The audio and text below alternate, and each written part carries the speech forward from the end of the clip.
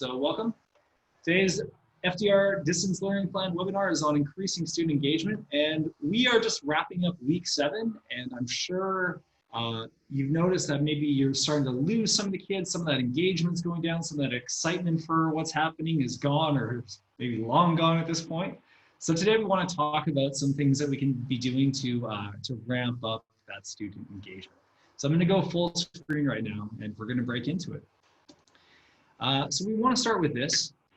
This is Maslow's hierarchy of needs. Now, I'm no psychologist, no specialist in this, but I'm sure you've seen this document before, this model before. And basically what it says is before kids can achieve kind of higher order cognitive goals in life, like feeling mentally engaged by a task, other things need to be taken care of. Further down on the ladder. So they need to feel safe, they need to feel comforted, they need to feel loved, they need to have their basic needs being met. And unless we can make sure that that's happening in our class, the kids are not going to be engaged. So we need to make sure that we as educators are establishing that connection, that we're making sure our basic needs of our kids are being taken care of, and some of those deeper needs that they have are being fulfilled in order to get to a higher level of engagement with our course and our content. And so we're going to talk about that. That's like where our webinar is going to start at today. This little model that we have is a bit of a joke. So it's saying the most important thing is Wi-Fi connection, and that's kind of true right now for distance learning. So how can you address some of your children's needs? Well, I'm sure you're familiar with this. This is the ruler mood meter, where I believe we have pleasantness on the x-axis and energy on the y-axis. And so one way that we as a department often start a meeting is we'll have the participants plot themselves on the chart so the person facilitating the meeting can see, oh, you know, my kids today are feeling really kind of low energy, but they're feeling happy at least. So maybe that means I can slow things down for them a little bit, but the mood is generally good. Or alternatively, you might see that the kids really don't feel good right now, and they're highly stressed, and they're panicked, and they're frustrated, and they're annoyed. And then you can know, well, that's going to have to really impact my class and how the kids engage with the content. So that's one tool that we have at your disposal. I was mentioning to Javier that if you are maybe a department leader or a year level leader, you might have access to actually some really cool ruler tools, and we can talk about those a little bit closer to the end. But for today's webinar, kind of similar, this is an activity that any teacher can do, and we can do it in the chat right now, or you can raise your hand and you can actually participate with your voice, and it's called Roses, Thorns, and Buds. So again, it's a way to kind of gauge what's happening with your kids and also to have them start thinking about the future in a good way. So I'm going to ask you to share 3 things with our group right now. Number 1, I want you to share your rose. So what was the best part of your day or your week? What was your thorn? What was the most frustrating part of your day or of your week? And what is your bud? What is one thing that you have to look forward to in the coming days or in the next week? So this is a great little activity, again, to get a sense of where your kids are at, to get a sense of how they're feeling about things, and that'll open up the ability to engage them later on. So let's have a look at some of your roses and thorns. If you want to put them in the chat, you're welcome to. If you want to raise your hand as a participant, we'll turn on your mic, and you can actually share out what you are feeling in terms of roses, thorns, and buds today. Javier, would you like to get us warmed up?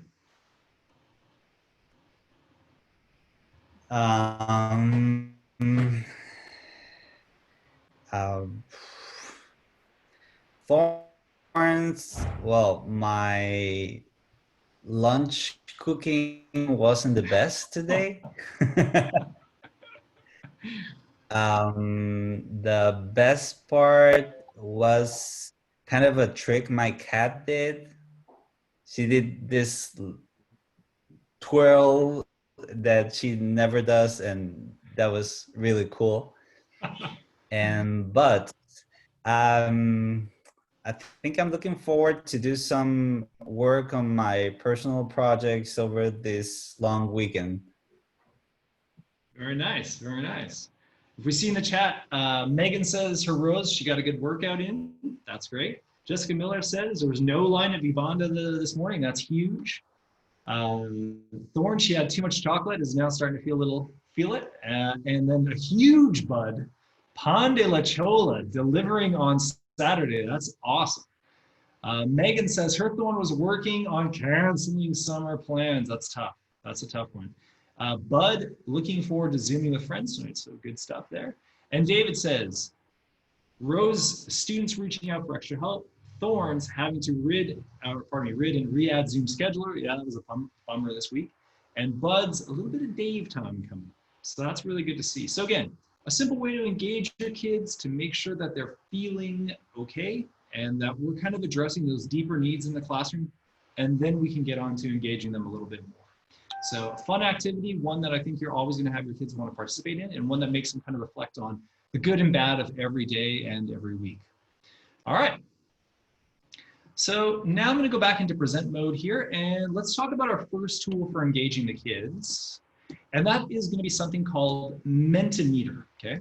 So in Zoom, we have a Q&A, or pardon me, we have a poll option that's open for you all the time.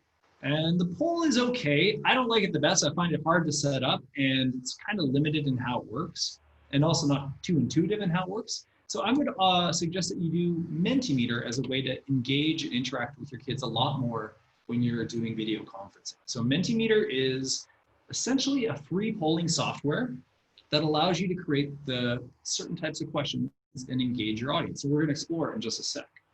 So question types that are available to you are multiple choice questions, word clouds, open-ended questions, scales, ranking, choosing of images, and Q&A. And Mentimeter is totally free. All of these options are available to you, but unfortunately, you can only ask 2 questions at a time. That's the limit on the free account. If you're a type of person who likes, a little bit of pedagogy behind your choice of tool, or you want to know what the science says as well, I've linked in this Caitlin Tucker article as well, and that takes you to her blog, and she goes into a lot more detail about how Mentimeter can be used and the effects of learning, especially in a distance learning environment like we're in right now. But let's give it a whirl. So I want you to head on over to menti.com and enter in the code 3482 on your screen. So menti.com, code 348247. We'll put that into the chat. And we have some questions that we're going to engage you with right now, and we're going to see how you're feeling in distance learning. So head on over, and you'll be able to see my screen right now. There's 2 different views you have right here in Mentimeter. This is kind of like your editing view where questions get set up. And then you have the kind of student view, or the results view, that you would actually share with the kids. Down here in the bottom, I can see that 1 person has answered this question so far. So as you answer the question, you're going to see that number is going to tick up. And as it enters, you're going to see that these rankings change. So the first question that we have for you is, what is the biggest challenge in distance learning environment that you're seeing right now? So I just saw a little change. That means that we've got another response. So we had 2 people respond already. And as our students respond, these bars are going to shift and change order to reflect the feelings of the entire group. So let's see, your choices are screen time and physical fatigue for all, technology connectivity issues, getting reliable grades, or lagging engagement and motivation, the reason why we're here today. Okay, we got 3 votes. I believe we're still maybe waiting on 1 more. We'll give it just a few more seconds. But again, it is kind of like that polling feature that we talk about. Yeah, we can take a minute, Jessica. It's kind of like the polling feature that we have in Zoom, but it's much more dynamic, and there's way more choices of questions that you can draw upon to engage the kids. Give Jessica a second to catch up here. And as she does catch up, there goes her vote. So right now we can see that, pretty much by a huge margin, everyone here is saying that just overkill with screen time. is really what's the hardest part about distance learning. So a great piece of feedback for you as a teacher to know. Now, let's go ahead and open up the next question. And this is a different type of question that I want you to check out. And this is going to be the word cloud. So let me go ahead and go to present. Now you should see this as well. And you have the ability to enter in 3 words about how do you feel about doing extended distance learning. So this is going to take 3 words from each member of your classroom, and it's going to create that word wall to get that big kind of qualitative piece of feedback from each student. So 3 individual words about how you feel about the possibility of doing extended learning for a while. And again, this is a way to gather feedback that you probably would not be able to do just using baked in Zoom polling or Q&A, because this is going to give you the nice final visual. Javier, how's it looking on your end? Are you able to see the question?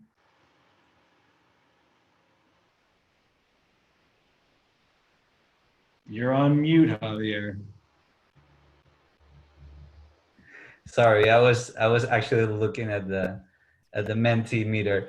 Yeah, I can see it. Okay. I think we just have to wait for the input. Boom. Okay. So we have one answer just came in really quickly. There might be a bit of a lag too. It may not be like instant. And here they come. So in real time, our word web is going to build out in front of us, and we're going to be able to pull in way more types of information from our kids. Sustainability, relationships, tired, coming to acceptance, the transition, the challenge of it all, feeling overwhelmed, how to establish the routine, the sustainability of it all. So a really, really good tool. And there it is, tired, front and center. So a really great way to get that feedback from your kids, and also kind of a cool data visualization. So we know that tired is kind of the most impactful feeling about how people are feeling. And like Jessica says, this is a really great way to get a pulse of how your kids are feeling about a certain topic for a feelings check-in. So that's Mentimeter. I'm just going to quickly go back to this slide right here. And now that you kind of see how it works, here are the other types of questions that are available for you totally for free. Again, you're limited to 2 right now. I have not checked if Mentimeter is one of the many tools in ed technology that's gone totally free during the pandemic. I would not be surprised if they were totally free at this point, and I just did not sign up. But you have multiple choice, word cloud, open-ended, scales, ranking, image choice, and Q&A. And it's a great tool. It blows the Zoom poll out of the water, and I hope you add it to your quiz. Let's move ahead. Okay. So the next tool that we added in is a really, really, really fun one. It is called GeoGuessr. And what's great about this is it's collaborative thinking and collaborative communication. So what GeoGuessr is it pulls images from Google Maps, Google Street View, so 360 images from all around the world, and it challenges you to guess where in the world the image is from. And what's so great about it, especially for a school like Roosevelt, is we have kids from all around the world in the classroom. So we have kids who've been to pretty much every continent, and everyone in the classroom can really contribute from their personal background where they think that is. And I'm getting a lot of feedback from teachers that say, like the kids are kind of clamming up at this stage. They're being really quiet. They're used to just turning off their camera or turning off their microphone and just kind of settling into the background.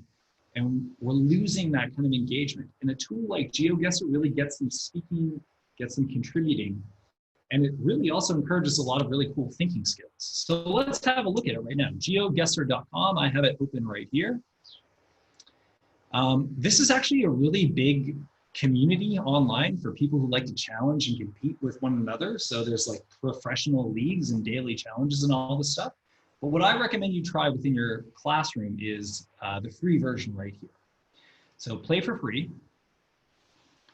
And we're just gonna click again, play free right here. And it's just gonna open up a random location on the globe. Now, this is where a webinar is a little bit different than a class meeting, because in a webinar, we have you on mute, and we could open up your mics if we wanted to, but right now you can't hear one another. So this is what I'm going to do. I'm going to have Jessica be the official spokesperson. So what I want you to do is in the chat, you can discuss where you think this image is taken from. And when you're ready, Jessica will type the answer, and that is what we will guess. So this is a pretty shocking image. We have what looks to be a flooded neighborhood. We have some palm trees. We have some electrical fencing on top of a house. What else? Actually, I have a pretty strong guess of where I think this might be. Again, we have what looks like tropical trees. A couple guys there having a chat. Where on earth could this be? Southeast Asia. Very, very good guess. Trujillo, you know, Jessica, that's exactly what I was thinking too. I was thinking this could very well be northern Peru a couple of years ago. So as per rules, I said, well, Jessica is a spokesperson. Again, if this was a class, you could, you know, let the kids speak and contribute and ask them why they think it might be Trujillo. And let's go ahead and put in Trujillo.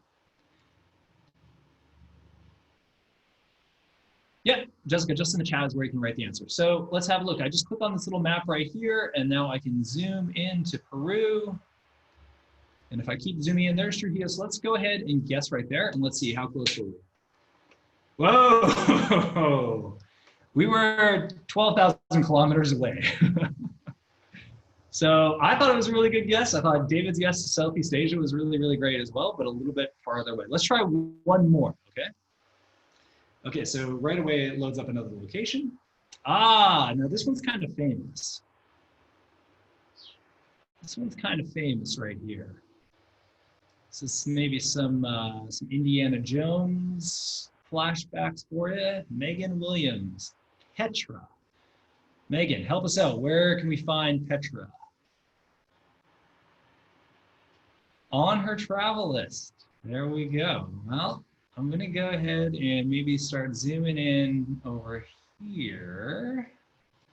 Jordan. Where in Jordan? I don't know. So I'm just gonna go ahead and guess in the middle of Jordan and guess. And let's see how we do here. Ah, not too bad. So we're only 100 kilometers that way. So again, really great way to engage the kids, get them experiences like we had right here. So people have either been there or they want to go there. It's super fun, it's super engaging, and again, can really show off some higher level thinking with the kids as well. GeoGuessr, it's an awesome one. The next one that we have for you is a real party. And I put this one at the end because I want to say, like, when all else fails, some friendly competition will engage these kids. So this is a tool called scribble.io. Scribble is essentially Pictionary online. But what's different about it is that you can write your own words of what you want the kids to draw. So if you are covering certain content in the classroom or certain concepts, the words that you could have the kids drawing could be related to the class. So in our Scribble that I just saw Javier copy it, he's gonna drop that into the chat for you. We're gonna be doing Peruvian food right now. So I'm gonna go ahead and get you to go to the link that Javier just dropped into the chat. That's gonna take us to Scribble. And we have, let me go ahead and I also need to copy that link too, I think. I think it reset. Let's see what we do here. Okay, so you go ahead and set your name, and then you can go ahead and pick an avatar if you want. And let's see if we can all get in here.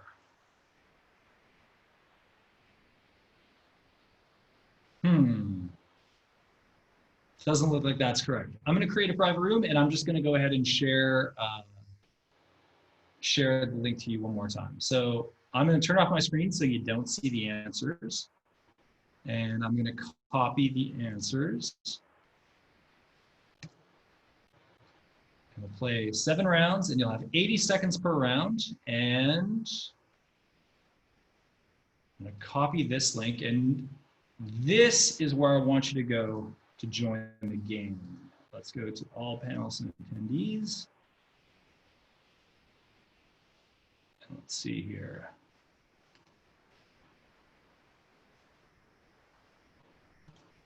There we go. So the one that I just put in, FK, let's go to that one and see if this one works.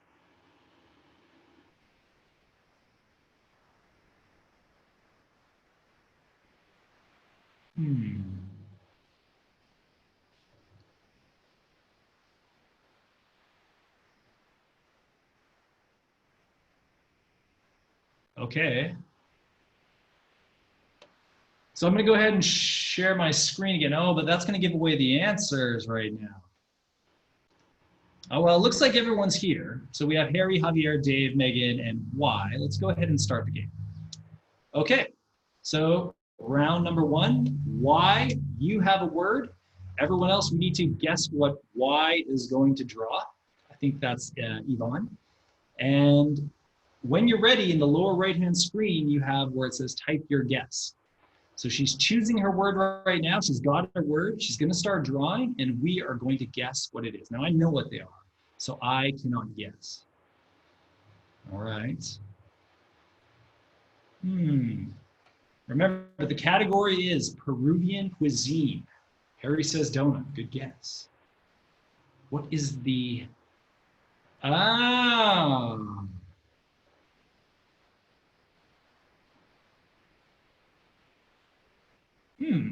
Harry, I think that was the right answer.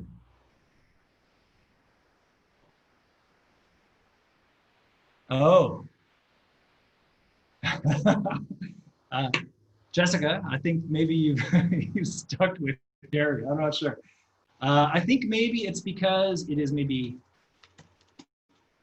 capital P? Huh.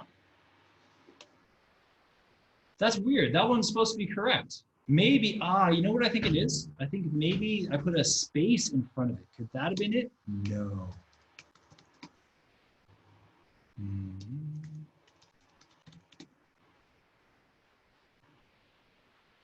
Huh, this one. Oh, wait a minute. Oh, sorry. No, it's not picarones. It's not picarones. At the top, the word was chifles. Okay. All right, Megan, you're up. Here we go.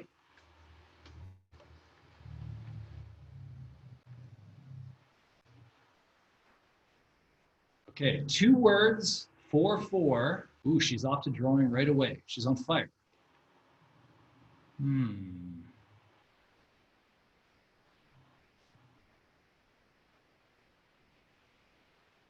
Is it michelita fria? Chicha morada.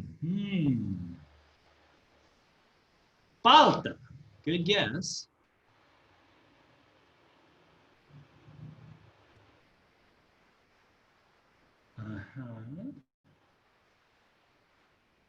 Could it be? No.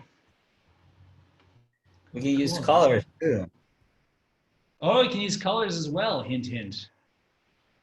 Dave says Inco Cola.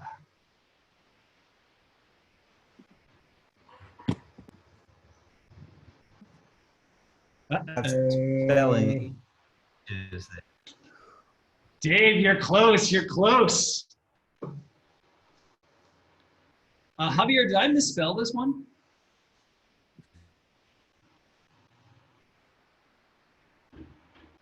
I think you got it right. Oh, no. Inca Cola. All right. Javier, you were 1 off. Maybe I misspelled that one. My bad. All right. Dave is choosing the word.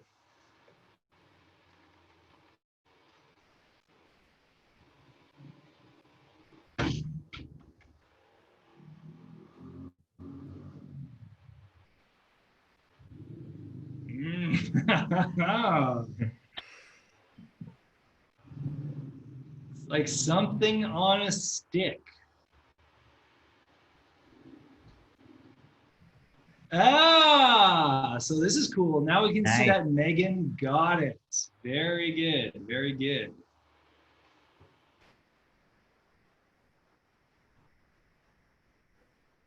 So Megan guessed the word. I thought that would be the end of the round. Hmm.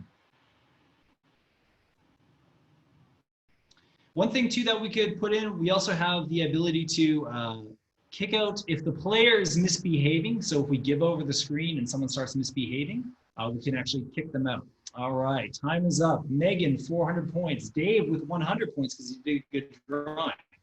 And now Javier is choosing his word. We're gonna do one more round and then we're gonna move on. I have been, I've been kicked. Who kicked us out? We got kicked out of our own game. yeah. All right. So that was a little bit about Scribble.io. Some spelling problems and a little bit of glitches at the start there, but a really, really fun one. And again, you can pick the custom words that you want the kids to interact with, and that's going to go a long way to helping them. So we're at 3:30 right now. As we always do for the last few minutes, I know we're very close to the end, but we also want to leverage our awesome attendees here today and figure out what are some of the tools that you are using to engage your kids in week 7 and beyond, and what do you find working for you? And maybe if you don't have a specific tool that you can share, maybe a method that you're using that's really working for them. So if anyone wants, you can put up your hand and we'll turn on your mic and you can share your voice with the group right now. David Finlay raises his hand. All right, Dave. Hello, Dave. You're on the air.